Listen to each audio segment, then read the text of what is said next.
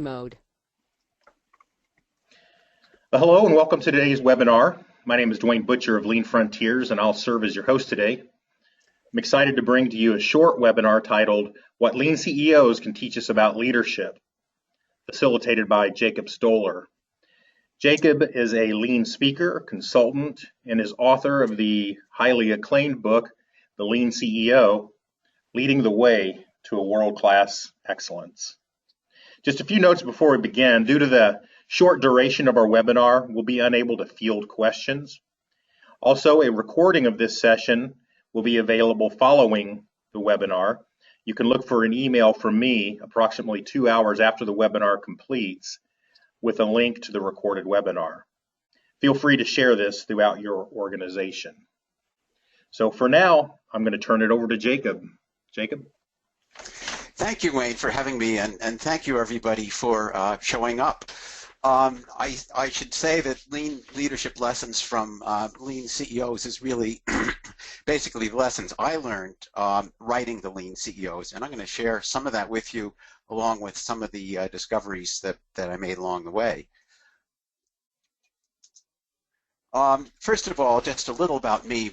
My work is really that I connect people. I like to connect knowledge communities with people outside those communities. So in the past, I've been very interested and worked a lot with IT, engineering, finance, those sorts of things, helping those folks demystify, I guess, what they do for others. I've been involved with Lean for the last 5 years. I've really been intrigued and excited by what I've seen with Lean. Essentially, Lean has excited me because when I look at the kinds of business problems and questions that people deal with, I found that Lean in general has better answers. And as well, I also found that when you look at the quality of people out there and the kinds of diligence and talents, etc., I find that Lean is just got a wonderful group of people that are really sort of above average in terms of the business world. I would say way above average. On the CEO side, I was very interested in doing the book in how the CEOs reconcile Lean with non-Lean. It's the CEO that really has to explain Lean to shareholders, unions, any other kind of group that's, a stakeholder. So very interested in that communication role that the CEO has. Now, Lean is actually, or Lean leadership is not what I thought it was. I was a kind of a regular business guy who likes to slice and dice and organize thoughts and ideas together. And I thought, well, okay, Lean CEO, what I'm going to do is I'm going to take some of the different functional entities of the corporation. We'll look at finance, we'll look at performance metrics, human resources, etc. And I'll get one Lean CEO to talk about for each chapter and have a sort of a guide, someone to guide us through finance. And actually in the proposal, there was a sample chapter on performance metrics, and I had Art Byrne, was materials I'd had from interviewing Art Byrne previously. So that's kind of where the whole thing started. And let's see, here we go. As you can see, I wasn't too happy with where it was going. Problem was that after trying to follow this plan for about 3 months, I found that what the people were saying when I interviewed them just didn't align at all with what I was trying to do. I think I was trying to put a square peg into a round hole, if you will. And there are a couple of reasons for this. First of all, and this is very telling, I think, about Lean. Lean CEOs, these folks were not thinking in terms of functional divisions. So when you talked about HR, it sort of spilled over into other things. They didn't seem to want to talk about the divisions in separate siloed type fashion. And secondly, I found that Lean CEOs are not quarterbacks. And, we tend to think, I think in the business world, we tend to look at a CEO or as somebody that maybe has a basket of competencies. And what are those competencies? How does he move the ball down the field? But what I very quickly found out is that, while quarterbacks maybe do a lot of similar things, but in different ways, Lean CEOs do different things. there was a lot more variation in the kinds of competencies, so that you could almost say that of the lean CEOs, no two were alike. So this, left me in a bit of a quandary. Here I am a few months down the road. It was a 10.5-month cycle to writing the book, so getting a little bit concerned. And at that point, I came up with what I call my burning platform idea. And what I noticed in the interviews is that quite consistent is that the CEOs all said that they adopted lean based on something really, really pressing. In other words, there was something that really compelled them to act. And I would say about half of them, maybe more, admitted they never would have implemented lean unless they had that severe pressure to do it. And this is including some of the best lead CEOs. So I organized the book, and that's how it's organized right now, the final version, in terms of the crises that they were facing. So there was financial crisis, 4 companies that were facing some real financial troubles. Then there are capacity issues, some teamwork issues, various things.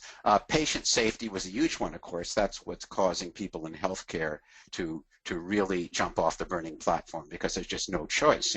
They're patients in hospitals that are dying. So those are the chapters that you will see in the Lean CEO. Now, once I had done this, it really stopped trying to psychoanalyze all the CEOs or reverse engineer them or whatever.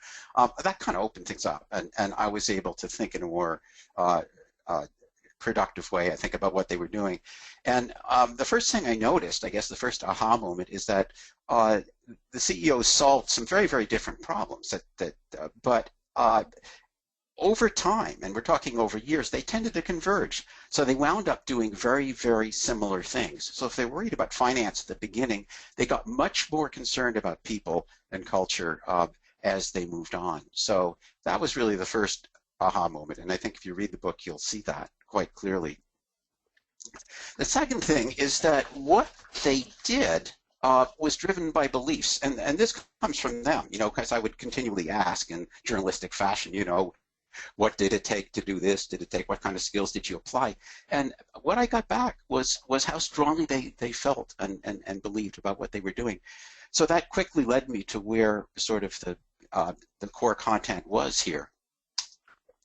Now, of course, beliefs, these aren't beliefs that people were necessarily born with. They came to the CEOs in various ways. I think they came through experience, during on Gimba or in Gimba, Gimba walks, perhaps visiting another company. Many had incredibly transformational experiences from lean senseis who taught them to see the world in a very different way. And books, some very, very key turnarounds of thinking based on books. I'm thinking of Lean Thinking by Womack and Jones, which really changed some people's view about lean thinking.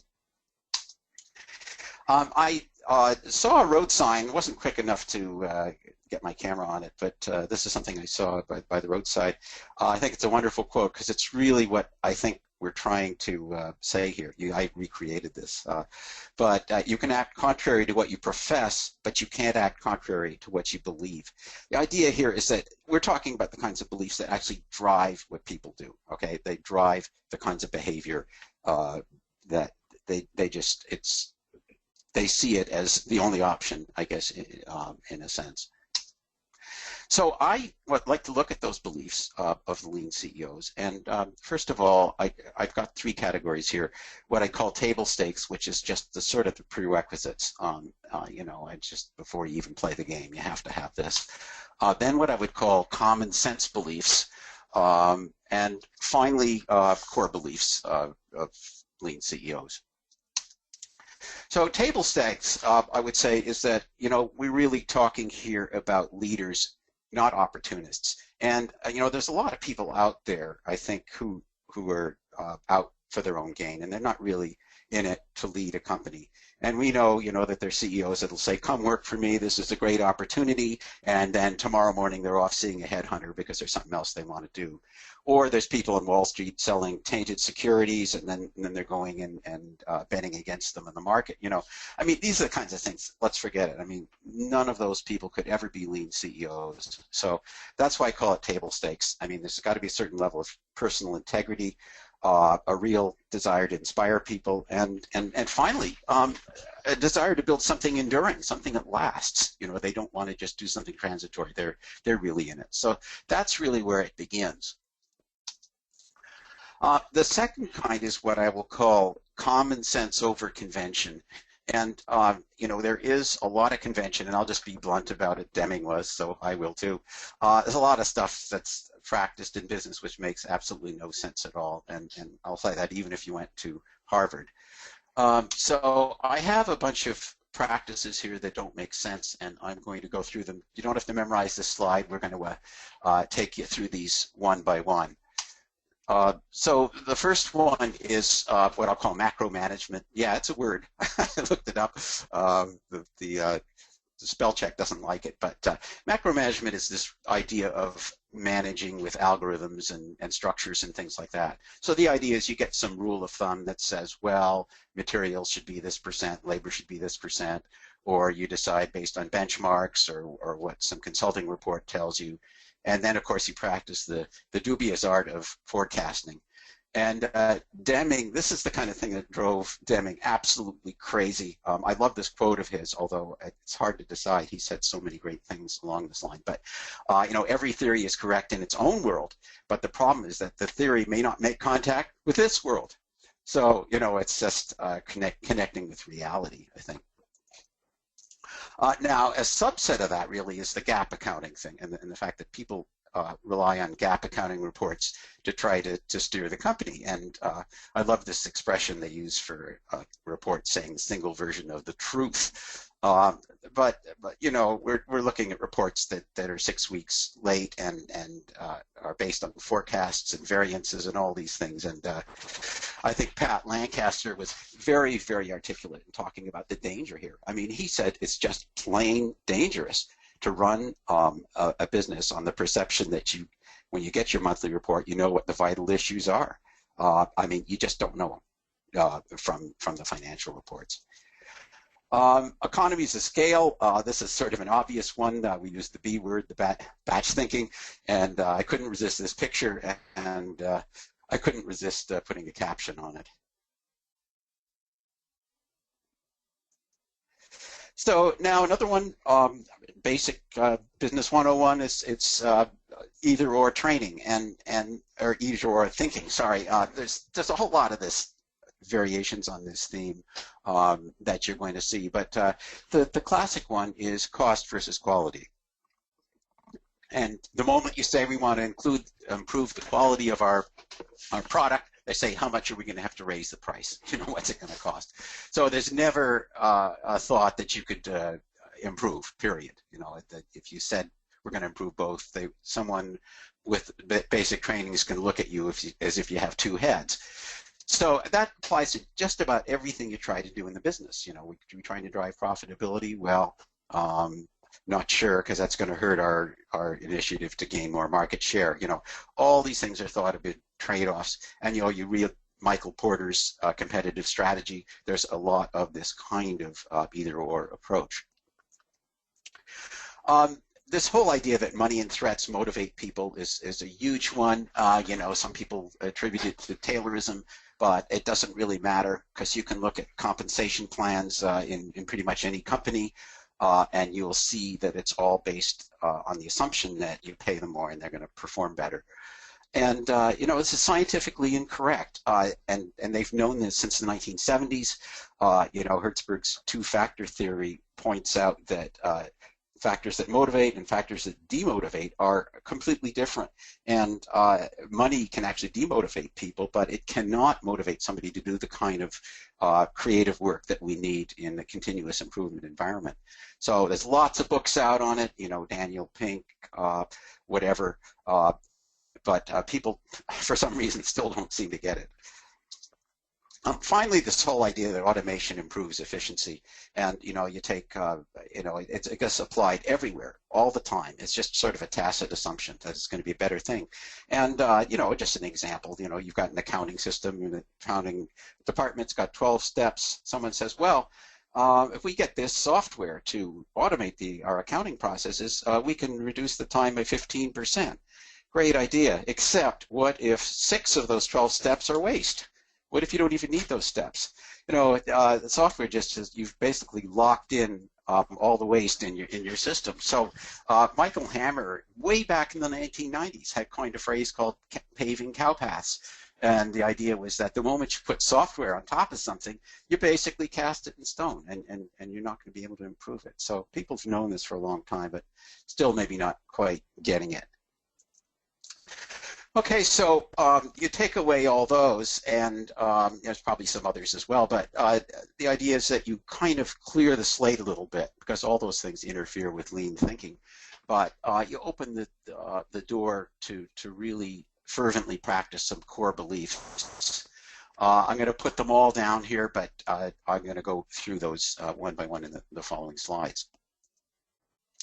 Okay, the first one I call the primacy of Gimba. I realized that kind of sounds a little like a science fiction movie, but primacy, I mean that Gimba is really number one. That's where value is created, and CEOs have to believe this fervently. And in the book, that was probably the most consistent belief in the entire book. They all expressed that belief, and essentially they demonstrate it by the way they manage. And I have this, I think in a traditional business, you would manage Gimba as an entity, something you would manage separately.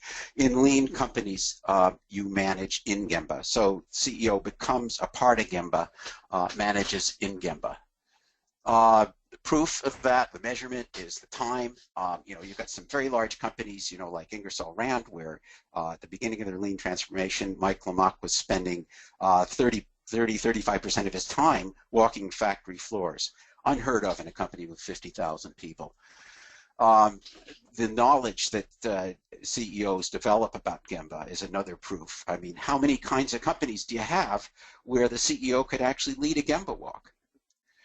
And one of my favorite quotes here is from Jim Lancaster, and what he says is that when you get involved with what's going on the shop floor, you see a very different picture. He says you see how difficult the job is that we're giving these people. So you don't see that, as he says, when you're in the executive suite. The second core belief is that continuous improvement drives results. And I'm saying not that continuous improvement is a nice thing. This is continuous improvement is something we're going to bet the farm on. And I love Art Burns' quote here. He just puts it very simply. He says, if you buy from me and 3 other guys, and I deliver 100% of the time, all the time, and other guys are spotty, over time, people are going to drop them and just buy from me. That's what he bet the farm on. He didn't do special marketing campaigns, manipulations to try to increase market share, any of that stuff. He said, let's just get better. And he had 5 lean metrics, and look at the spectacular results that he got from doing that. Mutual learning is a huge thing in lean organizations, as you know, and to make it really work, the CEO has to be part of that. He has to have the intellectual humility to be able to say, I don't know all the answers. I'm willing to accept that there's lots of people that know lots of things that I need to learn in our corporation, and we all need to learn from each other. It's a fact, and this is what Deming taught us earlier on, that the kind of knowledge that you really need to improve a company is not something that sits in management reports, and it's not something that you can manipulate with a stroke of a pen. These are small increments throughout the organization, and you need all hands on deck. You need everybody in the company to help bring that knowledge to the fore, turn it into standardized work, and to create real lasting improvement in the company. I'm paraphrasing Mizaki Imai. I say everybody learning every day, learning every way learning. He said the same thing about improvement when he was defining Kaizen.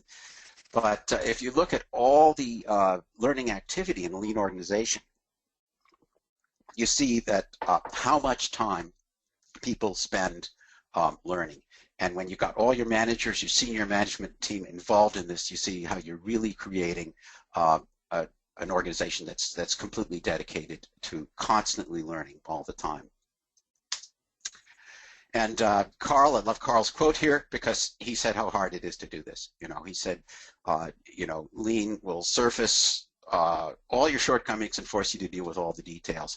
On another quote, he says how hard it is to be a leader, where you have to be leading people and they expect that out of you. And at the same time, you got to all the time, you got to say, I don't know, over and over again. He said that's really the hardest thing for a leader to do. So finally, the fourth belief here, and in many ways the most important, is that people will rise to the occasion when they can pursue real goals as members of a team. And I think rise to the occasion is an understatement. I would like to amend that to say people will accomplish great things when they can pursue real goals as members of a team. By real goals, I mean not make work, not something that a report tells you to do, not something you're doing because it's part of process, policies and procedures, something because you know it's connected with the customer and it's going to help produce some real value. So it's the value of real work has that motivating factor. And I love this quote from Mike Lamack, who says it all. He summarizes lean as the simplest way to look directly at the line of sight to the customer and to rally people around that customer experience.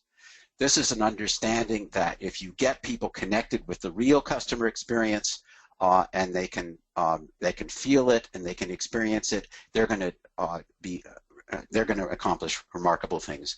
And Mike Lamack is banking on that, in a very large corporation. So to wrap up on the beliefs, there's actually a very close association with them, and I would say that they are really interconnected. If you look at improvement, you can't have improvement without mutual learning. Because of the way knowledge is distributed in companies, you have to constantly be learning what it takes to improve, where the defects are, where are the problems. It takes just a constant process of that going on. You can't do mutual learning without people and teamwork. People have to trust each other. People have to have a safe environment. They have to be able to work together to create that kind of atmosphere. And finally, people and teamwork need Gimba. You can't make teamwork, that kind of motivation, with make work. Nobody's going to be motivated if it's just something that doesn't make a lot of sense and someone wrote it on paper. Gimba is about real customers and real value. So that's why all these beliefs, I think, are so closely interconnected. And that really does answer my initial question earlier on when I pointed out that all the CEOs are converging. Yes, they are converging because there really is a common logic. There's a common interdependence between these beliefs. If you do believe fervently in Gimba, you have to believe in improving it, and finally all the people-related activities that ensue from that. So I'd like to move to some reflections on beliefs and sort of broaden the scope a little to maybe outside of the lean company. First of all, I think, when you talk about leadership and lots of the leadership qualities that people talk about, I think there's, a lot of them is actually driven by beliefs. You talk about authenticity. I don't think you can go to authenticity school. Authenticity is a very strong belief thing. People talk about humility and the humble leader. I think the humility that counts is intellectual humility, and that's the humility of knowing, fully believing that other people have information that's worth learning, regardless of where they are in the organization. So I think that's incredibly important. Vision, of course, is highly belief-driven. I believe connecting with people also is in believing in people. You will connect with them, regardless of the kind of personality you have. And I say the same about integrity and resolve. I'm going to add one angle on it, the Lean CEO role here, and that is we all have talked about Lean, or and many people in the book talked about lean as being fragile. It's something that breaks very, very easily. And one of the reasons that it's under attack from a lot of different kinds of forces. You know, for example, if you've got a hedge fund guy on your board, you know, I mean, you know, that person's going to want to see short-term performance in the stock price. They might not care about a 10-year lean transformation. So the only person that can actually defend the lean transformation against that kind of force is the CEO. So I think you really need to have beliefs in order to do that. You know, we saw in the medical field, you know, the lean CEOs in the book had to tell doctors that their role is going to be different. Our relationship is going to be different, regardless of what you learned in medical school. So, you know, you have to really believe that to do it. You can't just say, oh, we have to do this because I want to do lean.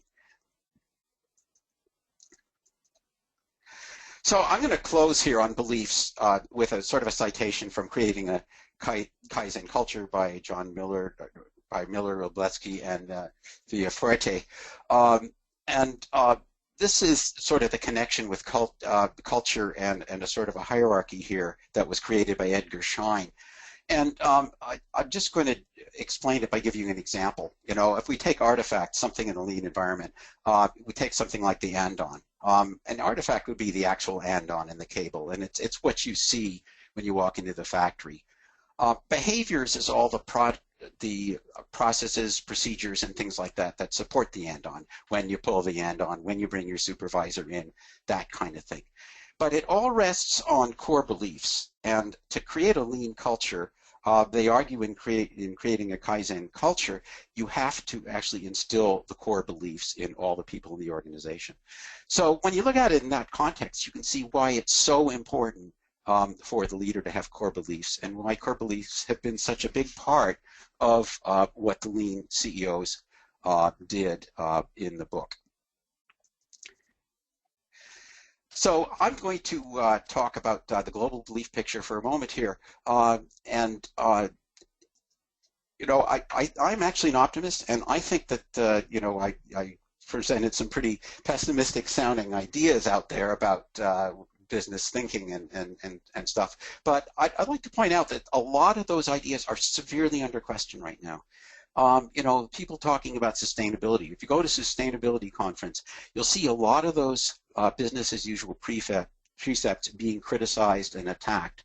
So there's a very much, you know, a very good conversation going on outside of the lean community. Accounting practices, I personally did some consulting for an accounting organization up here in Canada, and you know, there were lots of conversations about how younger accountants are tired about managing through the rearview mirror. We have to reform the profession. People want to make a difference. They want to be more proactive. So, and there's some very, very interesting white papers coming out of the International Federation of Accountants. So I think the kind of thinking that we associate with lean is actually, there's a lot of people starting to move in that direction.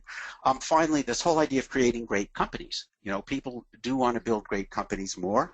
There's more questions about how do we do this, and you know, thinkers like Rosabeth Moss Kanter sort of leading the charge on this. So I see those as very positive signs. In that context, I'd like to just leave you with some humble suggestions here for aspiring lean CEOs. First of all, I would say one thing that's very strong in the book was work with the best senseis, and a lot of that was because they actually have the power to change beliefs. You know, they don't just go out of a textbook and tell you stuff or give you a workshop. There's something more profound there that happens with the senseis that are really, really connected and have the real history with lean. The second thing I would say is going back to the previous slide, referring to the previous slide, join the global conversation. You know, there is a global conversation that I think is very, very encouraging, and I think is very compatible with lean thinking. So I think it's going to be really, really helpful to join that conversation as you progress. Finally, I would say, and this is something that some CEOs criticized, discover and share your lean stories. I mean, the real victories behind lean are about people, and yet very often in lean environments we see people just sharing A3s. Some CEOs like Bob Chapman, very, very critical of that, saying we really need to share stories and show how it's changing people's lives. So I would say need to see a little bit more of that. Of course, I'm a storyteller, so maybe I'm a little biased on that side. So to conclude, I think that there are more and more leaders out there who are aspiring to excellence, and a lot of them don't have a roadmap. They don't have a clear way to get to excellence. And I think for those leaders, Lean does provide the roadmap.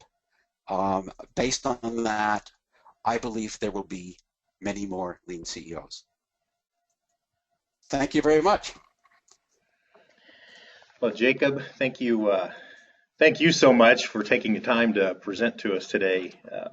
And thanks too for the book that you wrote. Very valuable information in there, I think, for the Lean community as a whole. So thanks for that, and thanks for your ongoing work in bringing these messages to us. As we previously mentioned, today's webinar will be recorded, or has been recorded. If you would like to share this with others in your organization, look for an email from me within the next 2 hours, and we'll provide a link to view that webinar. You have the opportunity to meet Jacob face-to-face, as will I for the first time, at the Summit on Lean Leadership in Atlantic Beach, Florida. That'll take place October 5th and 6th, though, just 3 weeks away here, Jacob. I'll get to meet you for the first time face-to-face. Very, very much looking forward to this particular summit. We've been working with Sam McPherson, who has helped craft an outstanding agenda that really is full of keynotes. Most of the people that you see on the agenda doing breakout sessions are those who you would see delivering keynotes at 2,000 person conferences. So it's going to be a great opportunity to sit and learn from some of the deepest thinkers in this area. Later that week, we've got a graphic up here indicating that this Lean Leadership Week also offers the Lean Accounting Summit and the Lean Management Summit, which will take place just literally 20 minutes up the road from where the Summit on Lean Leadership takes place. So October 8th and 9th, you can find both the Lean Accounting and the Lean Management Summits available for you and maybe others on your team. If you happen to have facilities in Europe, Lean Frontiers is going to be in Malmo, Sweden, delivering the TWI Summit, where we're going to explore TWI, Toyota Kata, lean thinking, and really how all those things work in concert with one another. So the final thing I'll mention, you are watching a Lightwise webinar. A new Lightwise is coming in 2016, so if you would take a few moments to visit lightwise.me, which, as a matter of fact, is where this recorded webinar will be housed. A new webinar or a new Lightwise is coming, so there's an opportunity for you to fill out a short form and let us know that you're interested when the announcement comes out.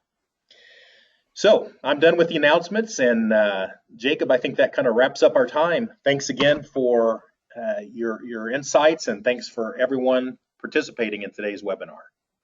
Thank you so much for having me, and thank you everybody for listening. Thanks. Bye-bye.